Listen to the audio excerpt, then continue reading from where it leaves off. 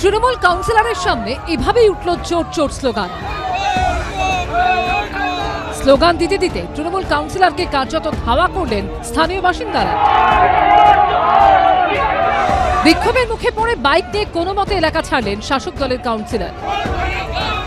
এই সব ঘটল তৃণমূলের শক্ত ঘাঁটি দক্ষিণ 24 পরগনায়। বৃহস্পতিবার সকালে মহেশতলা পুরসভার 22 নম্বর ওয়ার্ডে আমাদের পাড়া আমাদের সমাধান ক্যাম্পে গিয়ে প্রবল বিক্ষোভের মুখে পড়েন তৃণমূল কাউন্সিলর বিকাশ বন্দ্যোপাধ্যায়।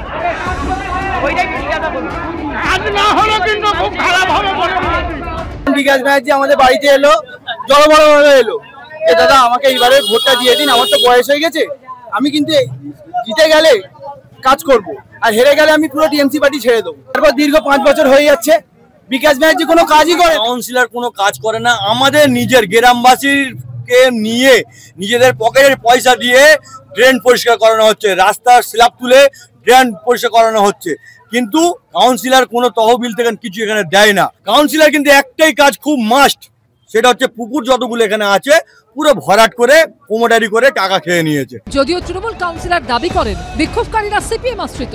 না না না না, মানুষ তার ক্ষোভ জানিয়েছে, আমি চেষ্টা করেছি তার প্রশমন জানাতে। কোনো বিক্ষোভ এরা কারা? এরা আমার দলের লোক নয় কেউ, এরা আমাদের বিরোধী দলের লোক, সিপিএম আশ্রিত লোকরা। সিপিআইএম এর চক্রান্ত না দেখে মানুষ ন্যূনতম যে নাগরিক পরিষেবাগুলো চাইছে সেগুলো দেওয়ার ব্যবস্থা করুন। এর আগে বুধবার শুভেন্দু অধিকারী এক্স হ্যান্ডেলে লিখেছিলেন, রাজ্যের দিকে দিকে সরকারি কর্মসূচি আমাদের পাড়া আমাদের সমাধান এখন আমাদের পাড়া থেকে তৃণমূল তারা কর্মসূচিতে পরিণত হয়েছে। কাকদ্বীপের মহিলা ব্লক তৃণমূল প্রেসিডেন্ট জেলা পরিষদ সদস্যা রীনা দাসকে গ্রামবাসীরা ঢুকতেই দিল না শিবিরে। এত বড় রাজ্য, এতগুলি জায়গায় ক্যাম্প, সেই তুলনায় আপনি কটা বিক্ষোভ, কটা অভিযোগ শুনেছেন? আর যদি সেখানেও দেখতে হবে কেউ অন্য রাজনৈতিক দলের কেউ এটা করে দিল কিনা ইত্যাদি ইত্যাদি। মানুষের যদি কোনো ক্ষোভ থাকে জানাবেন, সেগুলো তো 0.001% এটা মূল ক্যাম্পের তুলনায় হচ্ছে না।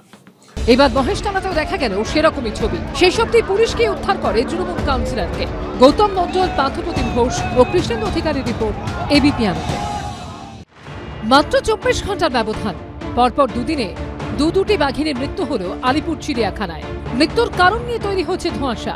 সামনেই পুজো পেরোলেই শীতের মরশুম, ভিড় উপচে পড়বে চিড়িয়াখানায়, কিন্তু আর দেখতে পাওয়া যাবে না রূপা ও পায়েলকে। সোমবার দিন ও মঙ্গলবার দিন পরপর আলিপুর চিড়িয়াখানায় সাদা বাঘ রূপা এবং ডোরা কাটা বাঘ পায়েলের মৃত্যুর ঘটনা ঘটে। পায়েল খানা হচ্ছে 2005 সালে উড়িষ্যা থেকে, অন্যদিকে রূপার জন্ম হয় আলিপুর চিড়িয়াখানাতে। সাদা বাঘ অনির্বাণ এবং কৃষ্ণার সন্তান ছিল রূপা। রূপার বয়স হয়েছিল 21 বছর, পায়েলের বয়স হয়েছিল 17 বছর। বাঘিনীদের মৃত্যুর কারণ খতিয়ে দেখতে গঠন করা হয়েছে তদন্ত কমিটি। দুটোই আমি সঙ্গে সঙ্গে আমাকে রিপোর্ট দেওয়া হয়েছে, তো দুটোই বয়সজনিত কারণে হচ্ছে। তবুও আমি ভালো করে তদন্ত করে রিপোর্ট দিতে বলেছি। প্রত্যেককে ভালো করে আবার রিপোর্ট চেয়েছি আমি। এটা যদি জঙ্গলের বাঘ হতো, তাদের মধ্যে ইনফাইটিং এ মারা গেছে ধারণা করা যেত, কিন্তু যেহেতু এটা খাঁচার বাঘ, একটা খাঁচায় জন্মেছিল, একটা বাইরে থেকে, তাও বহুদিন হয়ে গেছে, এরা অভ্যস্ত হয়ে গেছে চিড়িয়াখানার পরিবেশে। বনের বাঘ খুব বেশি হলে 17 পর্যন্ত বাঁচে। চিড়িয়াখানার বাঘ 20 বছর 22 বছর বাঁচা কোনো অস্বাভাবিক কিছু না। আমার যা ধারণা, সম্ভবত যে এটার স্বাভাবিক মৃত্যু। ঘটনা জানাজানি হতেই চিড়িয়াখানার সামনে বিক্ষোভ দেখাতে চায় কংগ্রেস। কর্তৃপক্ষের কেউ না থাকায় নিরাপত্তা কর্মীদের সঙ্গে বাদানুবাদে জড়িয়ে পড়েন কংগ্রেসের নেতাকর্মীরা। বাঘের যে পর্যাপ্ত পরিমাণের খাদ্য, সুরক্ষা, মেডিকেল এডের ব্যবস্থা, এগুলো যে প্রয়োজন লাগে এই কর্তৃপক্ষ জানে না। আমরা রাজ্য সরকার, বন দপ্তরের কাছে অনুরোধ করব যে আপনারা সবাইকে ডাকুন এখানে, এটা সকলের জু।